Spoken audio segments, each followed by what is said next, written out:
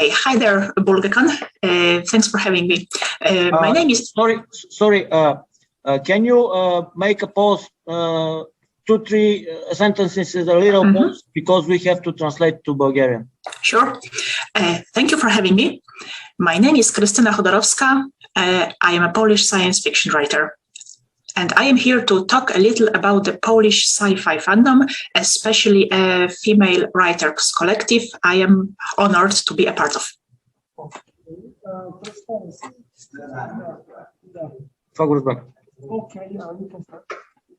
Please go on.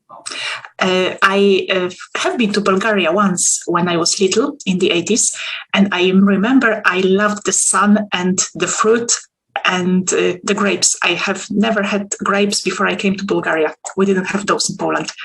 So I loved it a lot, and it's good to be back, even if it's only like this, online.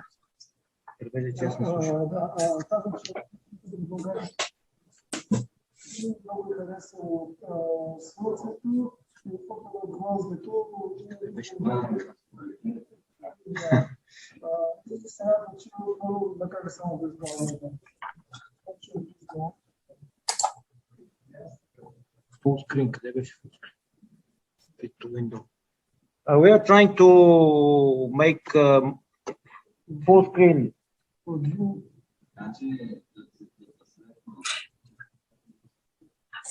Okay, can I go?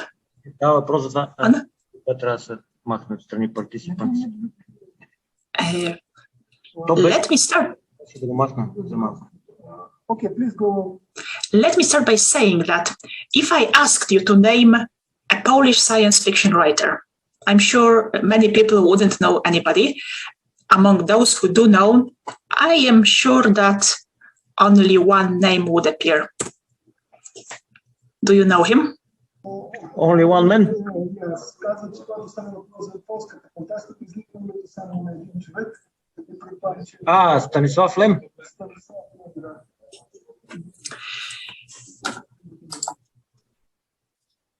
So, Stanisław Lem, this is the most acclaimed Polish science fiction writer and the most translated writer in Polish history.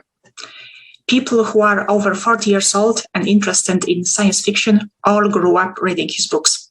We all live in his shadow. Да, казва, че Станислав Лем е известният най-превеждан на полска научна фантастика на практика, от 10 години е известен.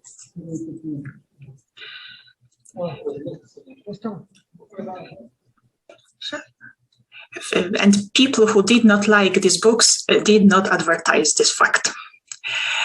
When I say we all live in his shadow, I mean some of us maybe more than others. Казва, че да, някои логично за това не изтъкват този факт, но на практика повечето от полските автори така не че работят до някъде в сянката на Станислав. Yeah, we've heard that, yeah.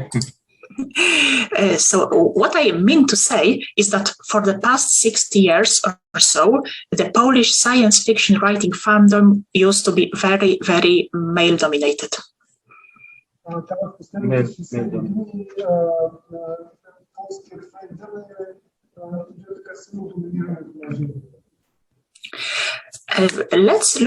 Let's see how it looks compared to the English-speaking fandom, the only one I am familiar with enough to make a comparison.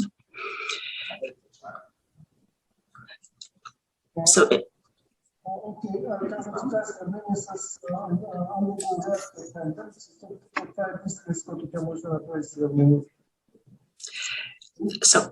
in the 60s, the English-speaking fandom had Ursula Le Guin, a famous science fiction writer.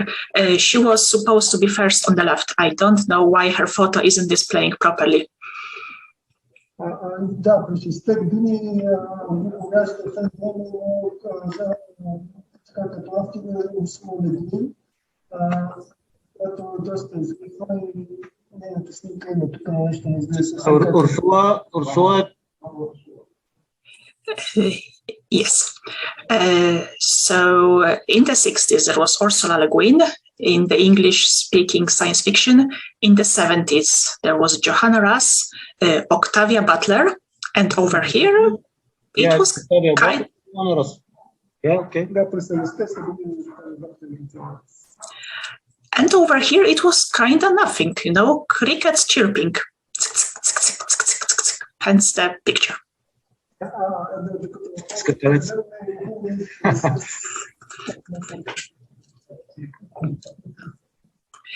So in the 80s, in the English-speaking fandom, there was Connie Willis, a very famous author. And over here, still nothing except for this one lady.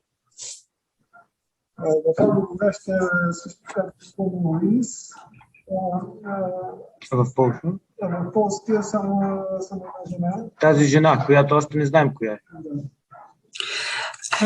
Who is it? Marta Tomaszewska is an author of the Tapatiki series. Tapatiki is a story set in the future about a family of aliens who come to Earth in the spaceship because they want to find out if it's true that Earth is in fact their origin planet, that their ancestors came from Earth.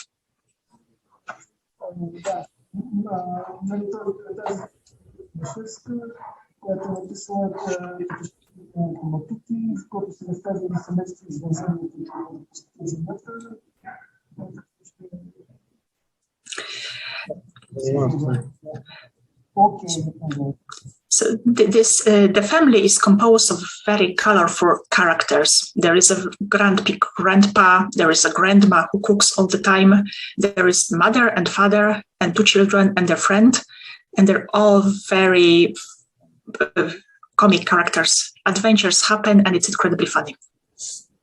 Разказва за сюжета на тази книга, която фактически извънземните, които посещават Земята, са семейство, които са майка, баща, също така и деца, както и техен приятел.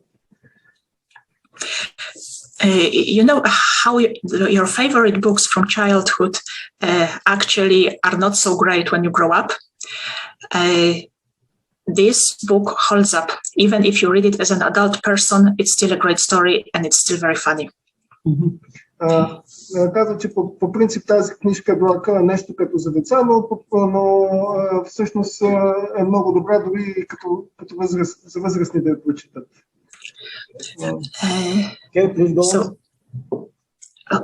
So let's go back one slide.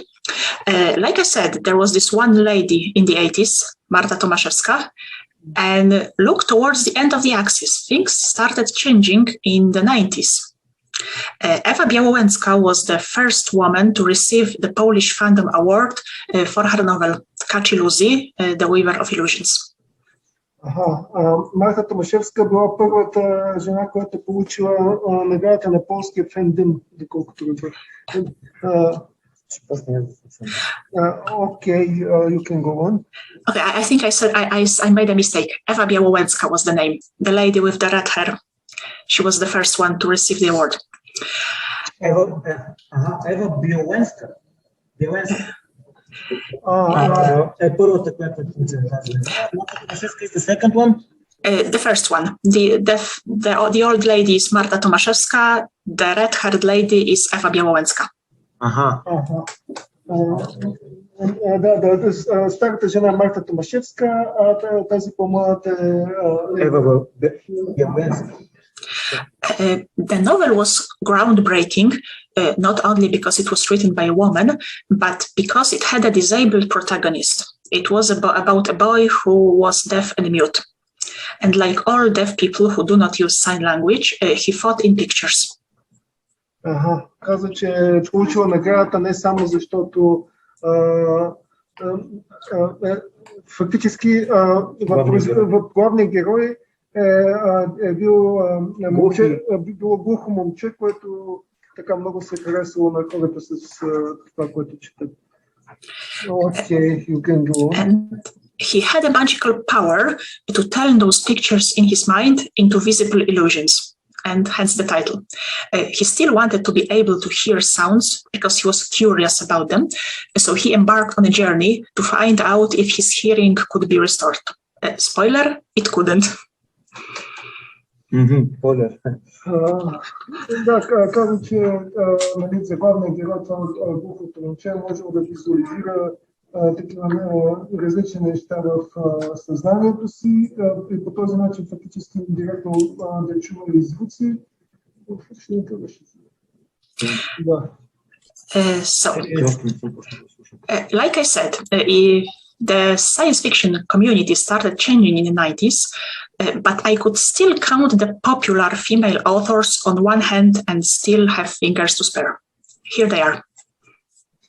Да, значи в полската фантастика нещата през 90-те почва да се променят. Вече има и други жени авторки, които са показани тук. Ева Бяловецка, Анна Бжезинска и Майя Лидия Косаковска. Yes, that's right. Eva Białowęcka, you heard about her already. And fun fact, she is one of those few people who did not like the books of Stanisław Lem. She told me that in conversation. Shocking, I know.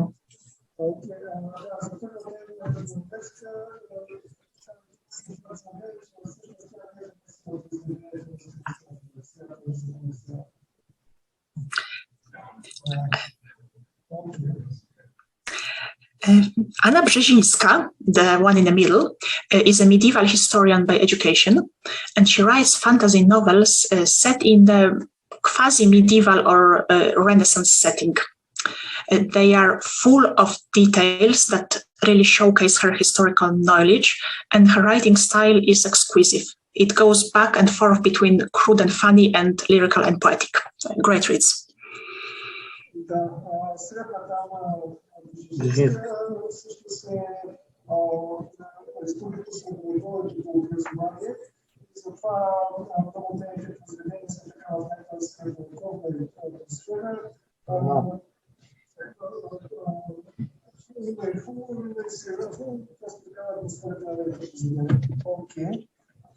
Please go on. And the last but not least, Maja Lidia Kosakowska. She was an archaeologist by degree. She wrote urban fantasy and fantasy novels inspired by Siberian shamanic folklore. She is most famous for her urban fantasy series about angels. It was very popular with young adult readers because her angels are rebels who wear leather jackets and combat boots and listen to rock music. Да, за последната говоря за Майя Лидия Косаковска, която археологско образование. Тя в своите произведения така интересно пише за ангели и даже ангелите възстават. Каза, че сибирските шамани. Сибирските шамани. Urban фентази за такова. Имам къде от подрастващи. Много се харесвали и да, и за ангели доста. Да. Okay, thank you. Please go on. So that was life in the 90s and noughties or 0 years. Fast forward 10 years. Hardy Horde comes to life. Who are we? Кои сме ние? Последните години. Фантастичните жени на Полша.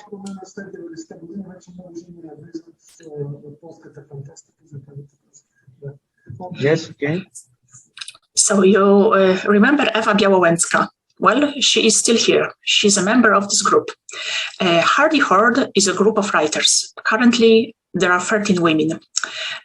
It developed much later when there were numerous female authors on the Polish market, but they still struggled to break through and get recognition because there were a lot of books on the market and people usually focused on the big and familiar names, usually male authors.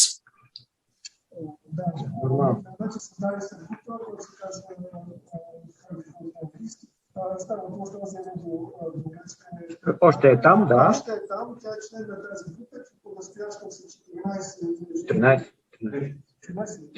13 жени, които членуват в тази група, но така срещат трудности да се наложат, като каза, че пазарът на наситен в Полша и повечето хора разбират познати на мъже автори. Да, утвърдените от по-рано имена. Thank you, please go on. So we decided that as a group, we would be stronger and more effective. We would hold panels together at conventions. We would recommend each other's books to fans, etc. And the collective Yet a Name was born a couple of years ago. Значи решили, че заедно ще са по-силни и 2 години ли казах? Преди 2 години се сформира тази група. Членовете на групата естествено рекламират останалите, нали, няма конкуренция, т.е. няма, нали, образа и така. Okay, thank you. So where does the name come from? Why the Hardy Horde? The name was coined a bit tongue-in-cheek. It started when some silly person bad-mouthed the group on an internet forum saying, "Oh, that's just a horde of girls." And at that time, some members of the group played lots of World of Warcraft. And they played the Horde, so they loved being called the Horde, and they kept the name. Да, разказва как е името на тази група, как се го измислили. Май някакъв глупак каза, това тук само групичка от жени. Това е групичка от жени и те там са... Орда от жени и те за това са го измислили. Повечето от тях май били само на World of Warcraft. Да. Is that true? World of Warcraft? And hardy because it's a name. It's a hardy because we're brave and daring and relentless. And the alliteration is nice. Да, това пак за името на групата, понеже казали, нали, някой каза това от жени и те затова си го измисли най-харди, значи твърди, така решителни и така нататък. Нещо от сорта на решителните жени или нещо. Да. So, what do I write? Just to give you an idea, these are our favorite writing genres. The truth is, practically none of us writes just one thing, one genre. Да, тук показвам какви сфери пишат. Вижда ли си? Да. Като че ли се някакви повечето казват, че почти всичките тях на практика пишат в няколко жанра, не само в един. Доста нали, то се вижда. Фантаси, кримите, за деца, фантазия. Фентези и sci-fi. Okay. So, in addition to fantasy books, the 3 most popular authors, they are all in the bottom left corner, all write crime and mystery stories, because let's face it, that's where the money is now. I see I forgot romance. 2 authors also write romance novels. Да, казвам, че някои пишат не само фантастика, както и кримки. В кримките за сега са парите, нали, там идват пари. Трите долу в ляво. Трите долу в ляво, защото крайно са тези трите. Долу в ляво. Трите долу в ляво каза, че са най-известните, които пишат така доста. Can I ask you some question? Yes, sure. First question. In this slide, I see that there are 12 pictures, not 13. Don't tell me I missed somebody. Oh, that would be horrible. I'm not sure who could I forget. Well, okay. It's not important. We will see. Maybe someone is not displaying properly, like Ursula Le Guin. Never mind. I thought that there is some mystery here. No, there should be 13 people, and so we all write several genres at once. Some authors combine fantasy with science fiction. Some authors combine children's books with urban fantasy. We are very versatile. Yeah.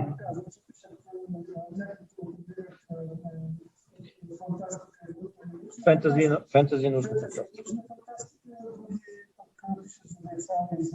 Така нареченото urban fantasy, градско фентази и децата се връзват тия двата жанра.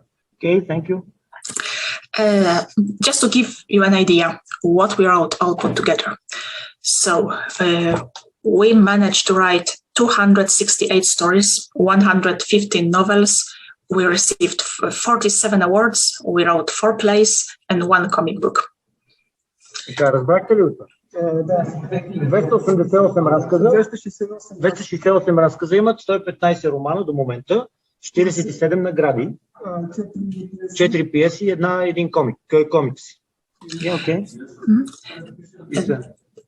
The most distinguished author is Marta Kisiel, who holds 14 literary awards, and she is most famous for her children's books.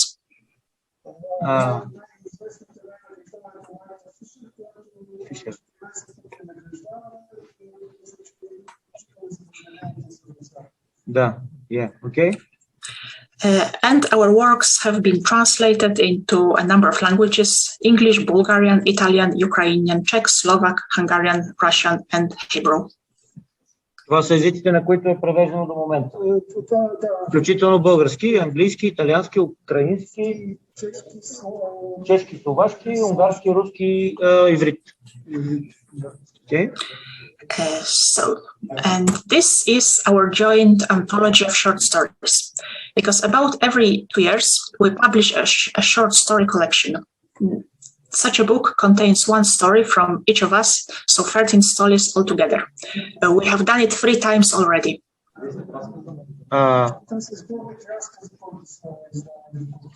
Да, всяка е написала по една история вътре, но последното не го чух, защото си говорят и не можех да разбера.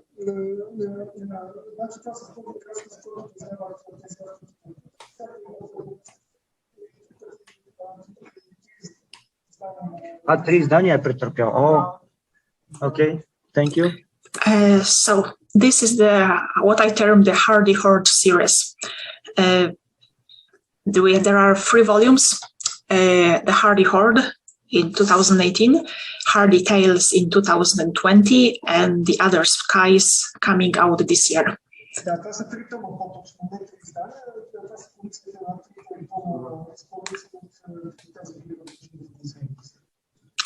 Поредица. Последната сега ще излезе, май още не излезе. Yes, the last one is coming out in September, in 3 days from now.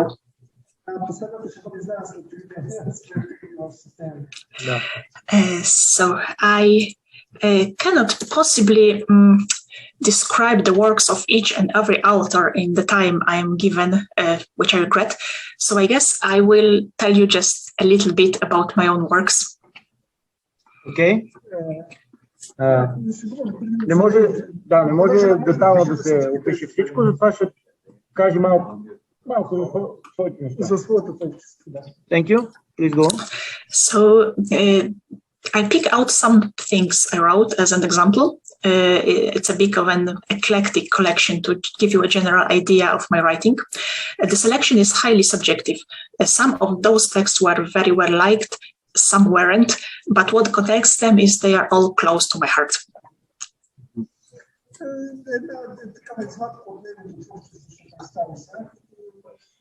Като каза, че е еклектична и е силно субективна, т.е. неща, които тя си харесва самата. Да, които излизат от сърцето. Okay, thank you. So, Mother Tongue is a short story, my debut text from 2014, published in the Nowa Fantastica Polish magazine. Yes, this is Mother Tongue, yes? Yes. And Какъв език, да, не е език, не е говорен език, а тонът е човешки език.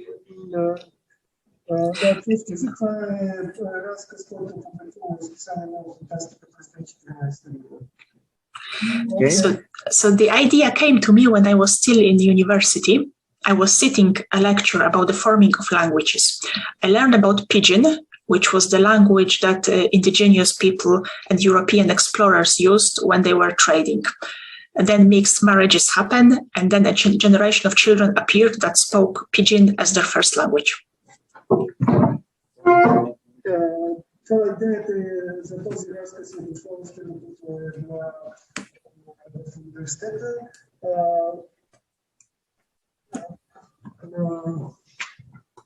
Нещо много не разбрах. Could you repeat about the idea of this story, please? Okay. I learned about Pidgin, which was the language used by the people from South Asia, the Pacific Islands, where they were, and China, when they were trading with European travelers in the 17th century. Не. Каза, че тогава е научила малко за този език, който са в Малайзия, Китай, който са употребявали, когато са контактували с европейците, които са търгували с европейците. Yeah, understood. Yes. Okay, thank you. And then I thought, hey, what if the language that it's used to communicate on the internet, full of abbreviations and weird slang, became the first language for some people? Ако това е първият. Да, и оттам е дошла аналогията да се използва език, който съществува в интернет, тъй като той е пълен с съвещения. На практика се превръща нещо като отделен език, така за много хора. И май, какво ще стане, ако за някой това е първият език, който те чуват? Тоест майчиният език е този, който е съвещеният в интернет. Да. And the story was very well received and shortlisted for the Polish Fandom Award in 2015. Yeah. Да, и този разказ е бил много добре приет и даже за през 2015 да е получил награда, не разбрах. Полската награда. Polish Science Fiction Award?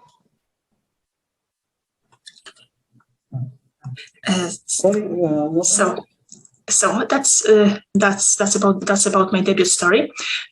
The other one, the second one I chose is the Offside Squad story. Offside is a football term when the ball goes out of the field and the player is awarded a free shot. Това е за втория разказ, говори сега, който си го е избрала. Това е отбора за сада, така се превежда заглавието, по аналогия с футболния термин за сада. Okay. Thank you. And the story happened because I have a love-hate relationship with steampunk. I love the aesthetics and the focus on inventions and machinery, and I hate how it mostly focuses on rich people from the upper classes, their political fights, their murder mysteries, marriage plots, etc. Така, връзка има с steampunk, Steampunk с неговата стилистика, с неговите средства и нататък малко има връзка с стимпънка, доколкото разбрах с властта, който придобият визията. С визията, да. Не хареса. Да.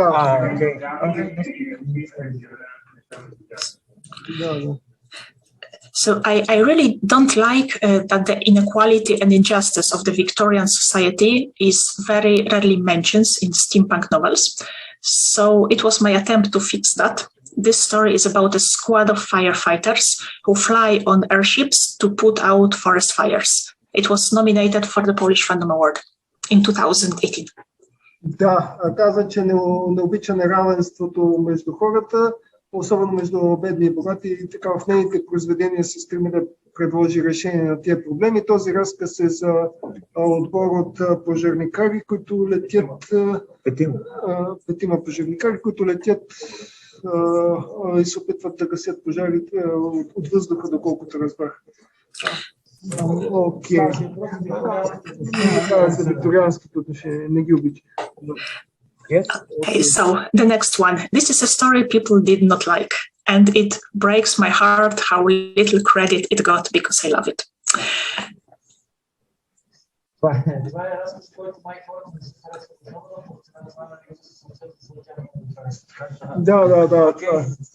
Okay.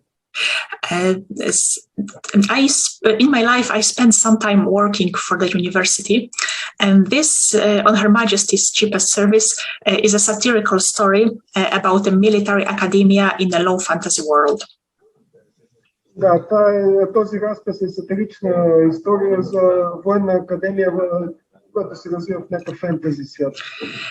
So it's about a school that supplies educated officers for the Queen's elite armed forces and teaches them arts like combat, fencing, ballistics, the basics of medicine, diplomacy, etc. Да, това е за офицери, които са високоелитни, високо квалифицирани включително и в дипломация,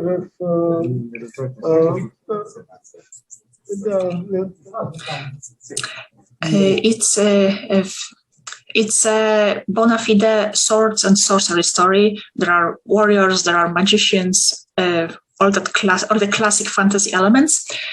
And at the same time, this academia functions like a contemporary Polish higher education facility. And it faces two of its biggest problems, total addiction to research grants and petrified employment structure. Да, разказва още за този разказ. Чакай да помисля.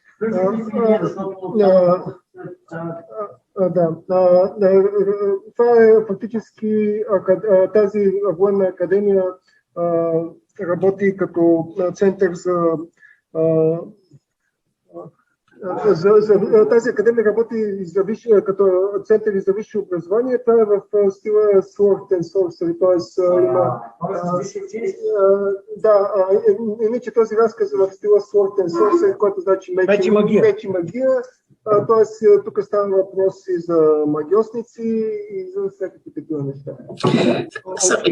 Is this urban fantasy? No, this is classic fantasy. With wizards, dragons, magic. Да, магиосници, дракони, магии и такива неща. So this was my first and probably not very successful attempt to write something funny. Каза, че се опитва да го направи забавен. Първи опит. So, Triskel the Sentinels. This is the first, the cover is the first novel in the Triskel series. The novel was inspired by an RPG campaign. I played it at some point, and it's sort of a love letter to the classic superhero comics I read as a child, but with an adult twist. Not adult in the sense of erotic content and violence, in another sense. Това е вече роман, който колицата на роман, който Първа книга от поредица, да. Някаква RPG игра, няма значение. Трискел, да, фактически Трискел, пазителите, това е първата част, но има и други книги пак от тази поредица Трискел.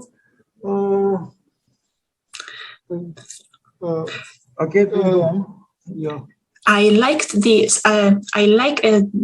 It's adult in the sense that I like the idea of very flawed and very human superheroes who often find out that in their specific situations, their powers accomplish exactly nothing because they're coming up against powerful political factions.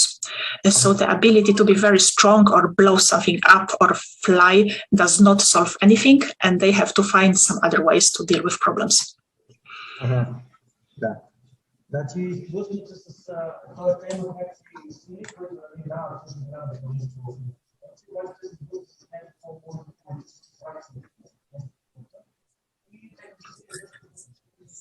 се казва, че не са имали от голема полза. Да. Трябва да търсим други начини, която някакво обясняваме, защото екстра сили не става, просто не би представили.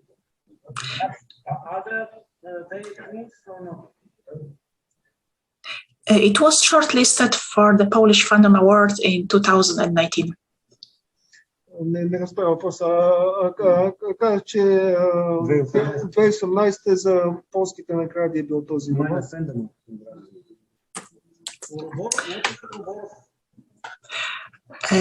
Cyberpunk Girls was written for an anthology that came out during the cyberpunk craze in 2020. It's about a post-alien invasion world where the aliens were defeated, and the story deals with how such a massive war effort changed most human societies. Това е друг роман, който е 2020 година, който се развива в киберпънк свят, където имало нашествие на извънземни, но извънземните са били победени и този роман разглежда как човечеството се е променило след такава инвазия и война съответно. The plot follows a couple of police officers who are trying to solve the case of missing children who are kidnapped with the use of smart toys. Да, разказва се за полицейски офицери, които разследват случая на облечено дете, на изчезнали момичета, да. На изчезнали деца. Okay, you can go on. So, He Who Dwells Upon the Ice is a story written for the joint Hardy-Horde anthology, The Hardy Tales I have told you about. And the story takes place in the near future, in the Arctic region, where the Norwegian government attempts to build a motorway leading from north to south to facilitate tourism in the Svalbard Island. Да, този, който е под леда, това е следващата книга, над леда. Да, разказва се за действието се развива в Арктическия регион, където правителството на Норвегия решава да направи като някакъв туристически круиз, нещо от сорта на север-юг, за да извлече туристически доходи от туристическата индустрия. Okay, thank you. And the protagonist is an expert sent by the Norwegian ministry, and she finds herself in the middle of a faction fight between scientists in the polar base. It was my first story that seriously deals with climate change and how it affects the Arctic. It was shortlisted for the Polish Reflector Award. Да, главният герой тук в това произведение е жена, която е изпратена от норвежкото правителство, на която попада между различни фракции на учени и на други хора. Това е първата книга, която се занимава и с проблемите на промените в климата. Също е било как се отразяват изобщо на живота на Земята. Това също е било в полските награди, каза също. Okay. Lying Weather Forecast. This is probably the hardest science fiction I have ever written. And it was proofread by two people who are atmospheric physicists by degree. And they said it was okay. Най-твърдата научна фантастика, която е писала, които са физици, които са казали, че дали са одобрени, да. Story takes place about 30 to 50 years in the future. It shows Poland in a world where temperatures went by about 3 degrees up. The instability of the weather deepened and Poland suffered a severe water shortage. Действието в тази книга се развива в Полша след около 50 години, когато температурите са нараснали средно с около 3 градуса и следствие на което тази бъдеща Полша изпитва много големи проблеми с питейната вода, да. So the narrator of the story is a single mother who owns a small farm in southeastern Poland. She has no state support whatsoever except the help of her neighbors. And one day she has this absolutely crazy notion that she would treat her son to a birthday gift, leave the farm unattended for one day, and drive him halfway across the country to a water park so he could finally learn how to swim.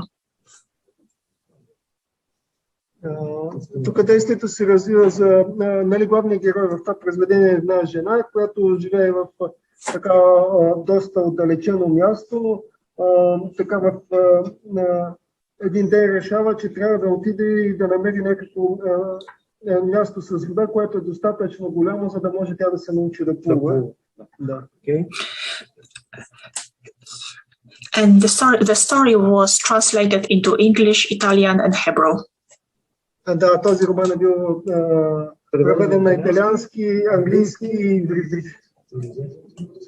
Да. This is a very recent one. This is a story written at the beginning of this year, and also the most based on true events story I have ever written. Да, това е написано съвсем скоро в началото на тази година, този фантастичен разказ. Така,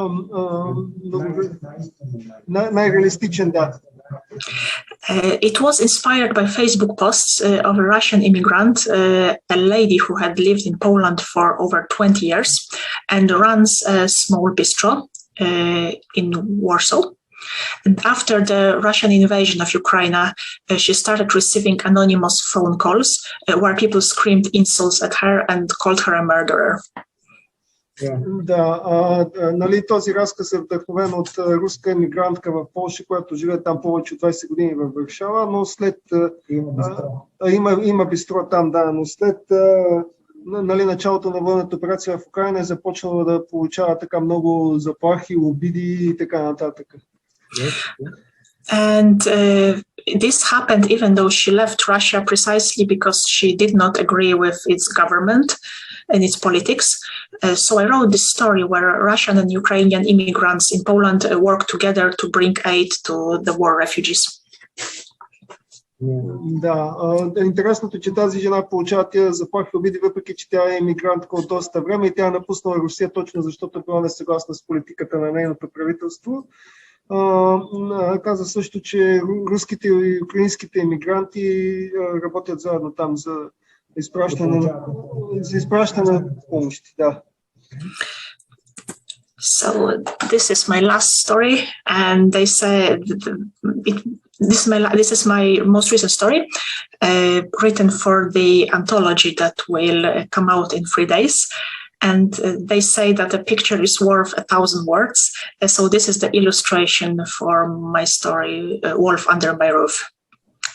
Да, това е последният ти разказ Вълка под моя покрив, която е пак от тази година.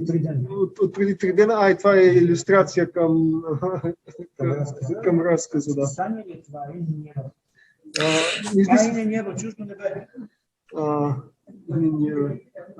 Okay.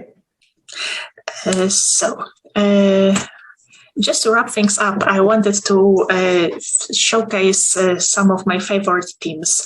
What do I deal with? What do I like to write about? Да, това са любимите теми, по които обича да пише, да. На другия, да.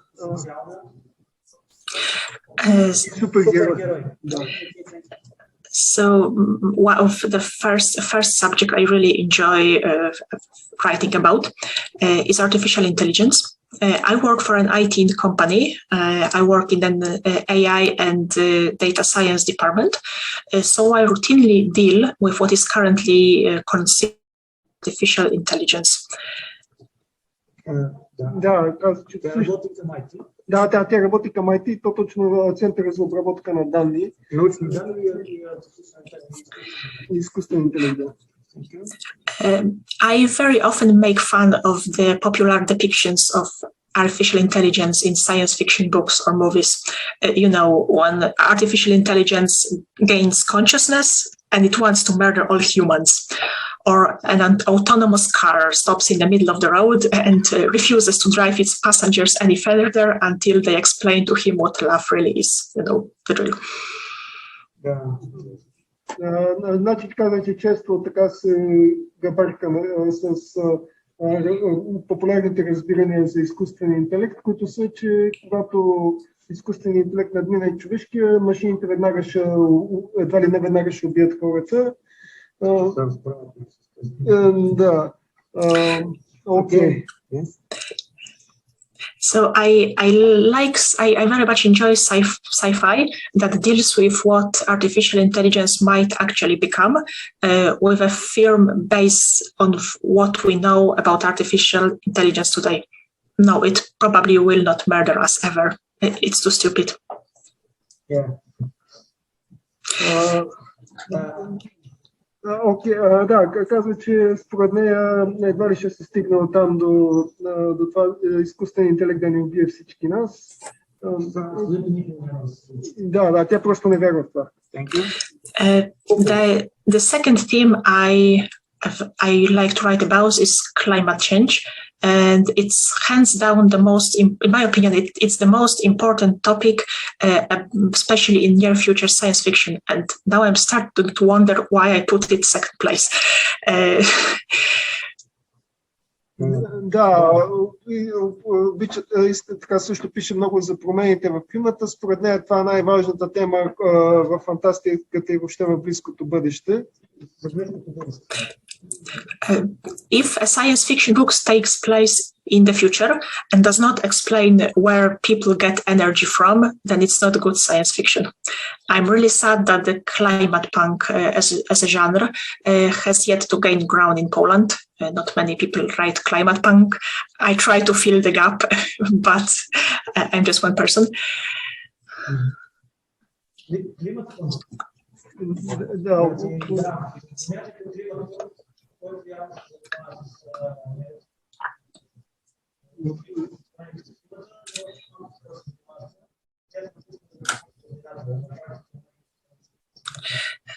So the other theme I enjoy is contacting or understanding the other, someone else than us. Maybe it's an alien, maybe it's a robot, maybe it's a person from the future. I really like writing and reading about two very different, about two entities with very different sets of values, a very different perception of the environment, trying to make contact. Да, другото, което темите, които ни интересуват, е контакта или разбирането на другите, като по другите се разбира в по-широк смисъл. Това може да е робот, извънземен, човек от бъдещето. Нали не я занимават въобще идеите за възприятията на различните хора се сблъскат, да. As I have two majors, one in computer science, the other one in linguistics, I like dealing with language change, artificial languages and cultural specific details that get reflected in language. This is something I enjoy a lot. Да, две висши образования, да. Едното е за компютърни науки, другото не го разбрах. Лингвистика, да, и поради тази причина занимават и такива въпроси, като първо за изкуствените езици и да, изобщо как промената в езиците се отразява на културата и начина на общуване. Да. If any of you enjoy stories about trying to contact and understand the other, someone very different, then Stanisław Lem was a master of this subject. He was obsessed with communication between humans and aliens or other intelligences, but he was also very pessimistic about it. He reckoned that the contact was not possible. Да, тук прави аналогия с Станислав Лем, който също така много се занимава с тези теми, с контакта и с разбирането на другите, които са различни от нас, че според нея Станислав Лем като цяло е така много песимистичен, че е възможно да се осъществи изобщо такъв контакт. Да. Then there is the very broad umbrella of social speculative fictions, which is fancy talk for how the future will change us as people. This is basically what I love to write. My role model is the television series Black Mirror. You probably know it. Yes. Да, значи се занимават проблемите с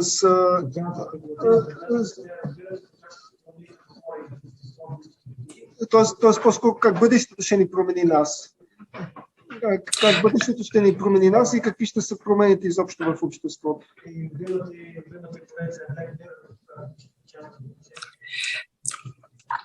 So what I like about the Black Mirror series, of course, it has better moments and weaker moments. But what I like about it is that they take just one element of our reality, they change it, and they very thoroughly explore how this one thing changed everything. Yeah. За тези ли...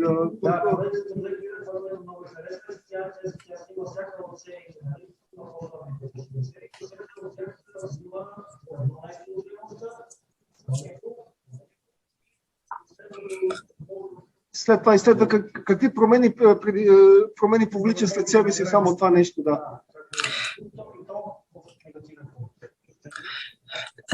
So these were all pretty heavy subjects, and the last one is something I have a weak spot for, even though it's a bit lighter. I really love superheroes.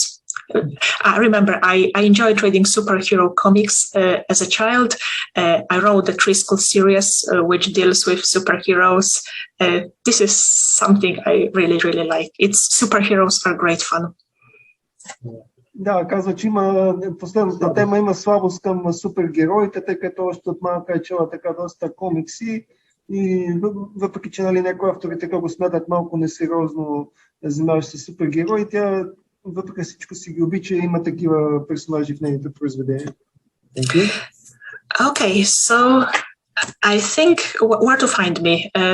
I have a Facebook page and an Instagram account and a YouTube channel. It's all, unfortunately, everything is in Polish except for the Instagram when I try to supply English summaries for my posts. But Instagram is mostly pictures. So if anyone wants to check out my Instagram, here it is. And да, каза, че за съжаление. Да, другите са полски говорящо, но в Инстаграм се старае да поддържа английска, нали, да контактува с английските юзери. Да. So I think that's it from me. Thank you very much for listening. Thank you very much for coming back from your coffee break. And if you have any questions, please let me know. Thank you. There are questions here. The first question is, do you write in English or only in Polish? No, you can tell me your question in English. You can say your questions in Bulgarian and have them translated, whatever you want. The first question was, do you write only in Polish language or in English too? I write only in Polish, but some of my stories were translated. Okay, the lying weather forecast was translated into 3 languages. The mother tongue was translated into English and was supposed to be published. Unfortunately, the publisher ran into some problem and happened. I'm trying to publish more stories in English, but that's still for the future. Да, значи каза, че пише само на полски, но някои от произведенията са преведени, този примерно майчин език разказа е преведен на английски, каза, че ще бъде публикуван наскоро. Да. Но някои от другите казват, че също са преведени на английски и ще бъдат преведени на английски. Други въпроси някакви?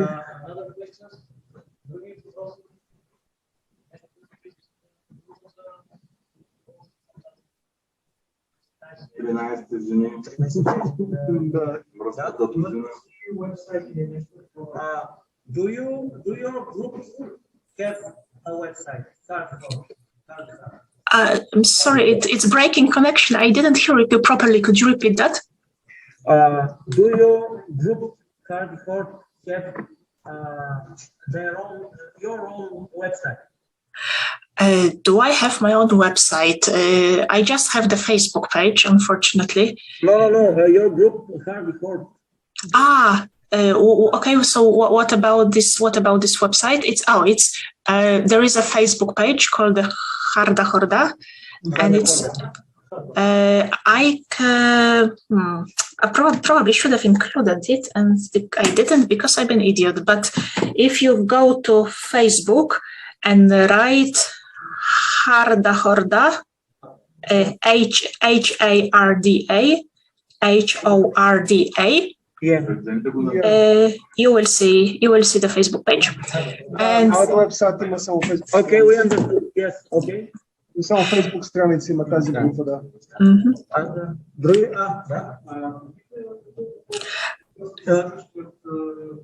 We have another question. Тя го каза в началото. Да, дълги години се били в сянката, тази други места. Да. Напоследък some people. Yeah. Another question.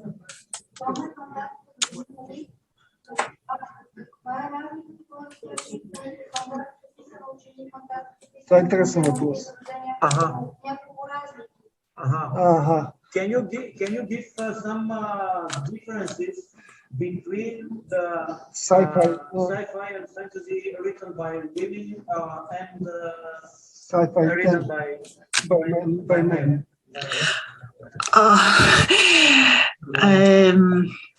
This is a question by a female. Oh dear. The problem is I am not sure there is a difference. I'm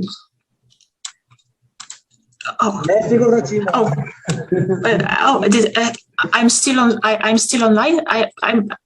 Something's happening. Not something has happening to my Zoom. Am I still online? Hello. Hello. Yes, we can hear you. We can hear you. Okay, so the difference between fantasy written by men and women, really, I am not sure there is a difference. Да, казвам, че не е сигурна, че има изобщо разлика. Probably, I think there. Okay, I get it now. I think the difference used to be more pronounced in the past, where the market was dominated by male authors, and they all shared certain ideas, certain topics of interest.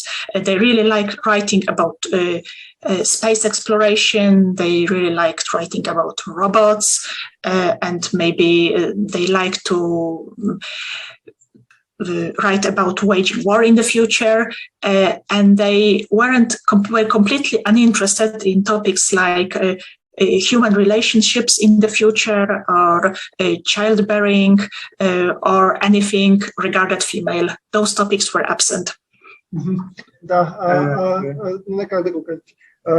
Значи каза, че в миналото по принцип тези области са били доминирани от мъже, които повече са се интересували от изследване на космоса, роботи, също войни в бъдещето, докато теми като, например, човешките взаимоотношения, отглеждането на деца и такива неща са били изцяло извън техния интерес. And I just wanted to add that nowadays it's changed, because there are, I think, more female authors starting exploring subjects that were close to them. They started writing more, less about robots and spaceship, more social-oriented fictions, and the male authors somehow tuned into that. They are not afraid to write about those subjects anymore, so the lines became blurred. Да, каза, че нещата са се променили. Жените първо са почнали да пишат за такива неща, като човешките взаимоотношения, социалните взаимоотношения. И в последствие обаче каза, мъжете се нагодиха към това нещо, така че на нещо време фактически няма разлика. Да пишат по такива теми, да. Тя спомена нещо, което не рече паметта. Пък аз се интересувам много от ситуации, които са на пътне. И ще ви питам първо да клаймат пък какво точно означава да ви е някаква такава дистопия, климатична, която е нещо супер различно за цялата, която пък е утопия климатична. И също дали има самата карта или в Полша. Да поясни за climate punk. Here is the question.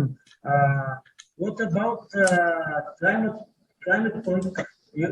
You named this thing climate punk, yes? Climate punk. Yeah, can you give us kind of a definition for that term? And what about which term? Which term? Climate punk. Climate punk. So climate punk is a reference to cyberpunk. Cyberpunk, as a word, is the combination of cyber, meaning machines, implants, bioengineering on one hand, and the punk on the other hand, meaning rebellion. And climate punk is the same, just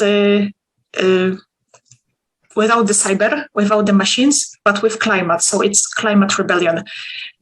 Climate punk is writers being concerned with climate change and trying to explore the climate change in their texts and show how the world might look if climate change continues. Okay, thank you. Каза, че този термин climate punk или климат пънк има препратка към киберпънка, само че вместо машинарите, тук на първо място играе роля климата, като е някаква, т.е. как той изменя живота на хората и как хората се опитват да се справят с това, такива неща. But what about the solar punk? And are there authors that write about solar punk? Solar punk is something maybe positive, not negative. Yes, I have heard about solar punk, and I don't think we have any good examples of solar punk in Poland yet. Да, казва, че не мисли, че има така добри примери от solar пънка в Полша за сега. Okay, thank you. Another question?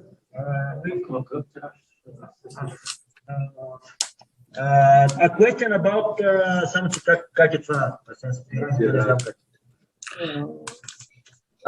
how many copies do you sell in Poland of my books? First, that's probably classified information. Approximately in number of digits. Approximately, too little to make my publisher happy, apparently. But a couple of thousand. Couple of thousand is okay. Yes. 2000, не, couple of thousand е няколко хиляди. Окей, няколко хиляди, да. Да. Не, каза, че продава няколко хиляди. Тайна е колко печатат е тайна.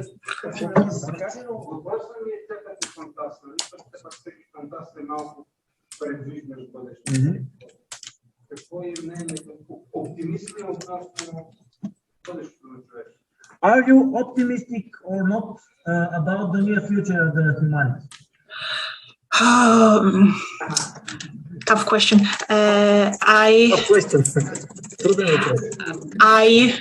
I am trying to be optimistic.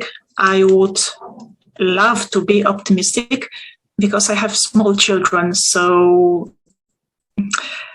I have to be optimistic because thinking that the life would only get progressively worse as the time goes on would be unbearable. Че иска да бъда оптимист, даже обича да бъда оптимист, тъй като има две деца малки и трябва да бъда. So I try to follow the news on the climate front. We have a very good Polish Facebook fan page, which is called Science on Climate, run by a couple of people I know. And one of those people led my climate punk story, and she said it was okay. And they sometimes post news that are a bit hopeful, like the news on new energy sources. Опитва се да следи новините за промените в климата в някакви групи. Има страница, да.